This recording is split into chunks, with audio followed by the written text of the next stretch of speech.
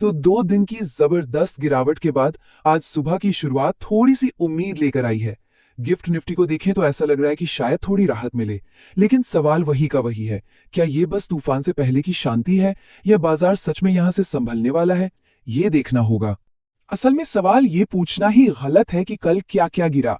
सही सवाल तो ये है कि कल ऐसा क्या था जो नहीं गिरा। बस इसी एक सवाल से आप अंदाजा लगा सकते हैं कि ट्रेडर्स के बीच कल कितनी घबराहट का माहौल था। और देखिए, कल सच में कुछ भी सेफ नहीं था।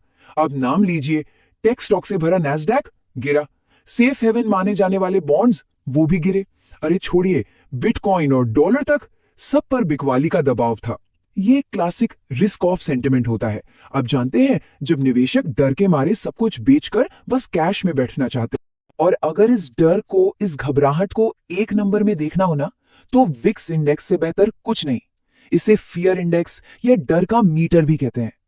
ये हमें बताता है कि मार्केट आने वाले दिनों में कितनी उठापटक की उम्मीद कर रहा है। और कल ये 20 के पार चला गया।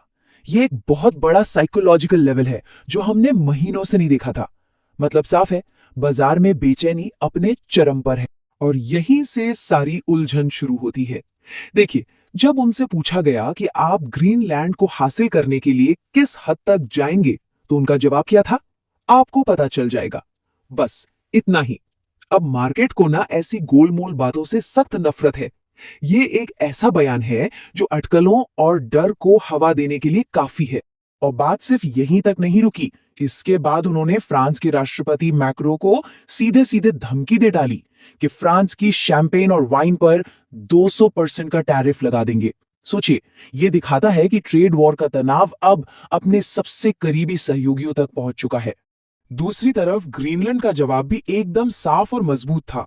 उनके प्रधानमंत्री ने कह दिया कि देखिए, ग्रीनलैंड अपने फैसले खुद करेगा और हम सिर्फ बातचीत और इंटरनेशनल कानून के रास्ते पर ही चलेंगे।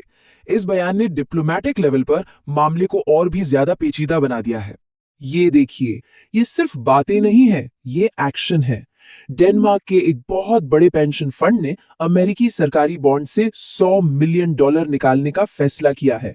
कहने को तो वो कह रहे हैं कि ये अमेरिका की खराब वित्तीय हालत की वजह से है, लेकिन उन्होंने ये भी माना कि डोनाल्ड ट्रंप के एक्शन ने उनके इस फैसले को और भी मजबूती दी। ये एक परफेक्ट एग्जाम्पल है कि कैसे जियोपॉलिटिक्स सीधे सीधे आपके पोर्टफोलियो पर असर डालती है। हालांकि हमें यह भी समझना होगा कि सारी प्रॉब्लम सिर्फ ग्रीनलैंड की वजह से नहीं है।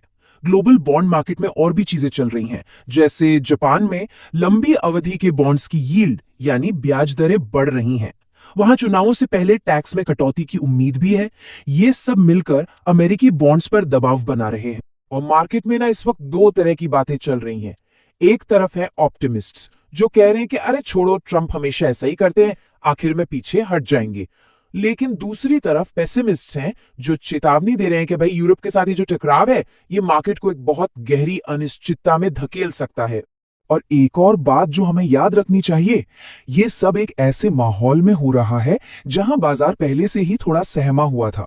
मतलब ग्रीनलैंड की ये कहानी शुरू होने से ठीक पहले बैंक ऑफ अमेरिका का एक बड़ा सर्वे आया था और उसने साफ साफ चेतावनी दी थी कि बाजार हाइपर बुल लेवल पर है, यानी निवेशक हद से ज्यादा तेजी में है और अब हेजिंग करने का यानी अपनी पोजीशन को प्रोटेक्ट करने का टाइम आ गया है। तो आप समझ सकते हैं कि पहले से ही तनाव भरे माहौल में ग्रीनलैंड का मुद्दा एक चिंगारी की तरह आया है।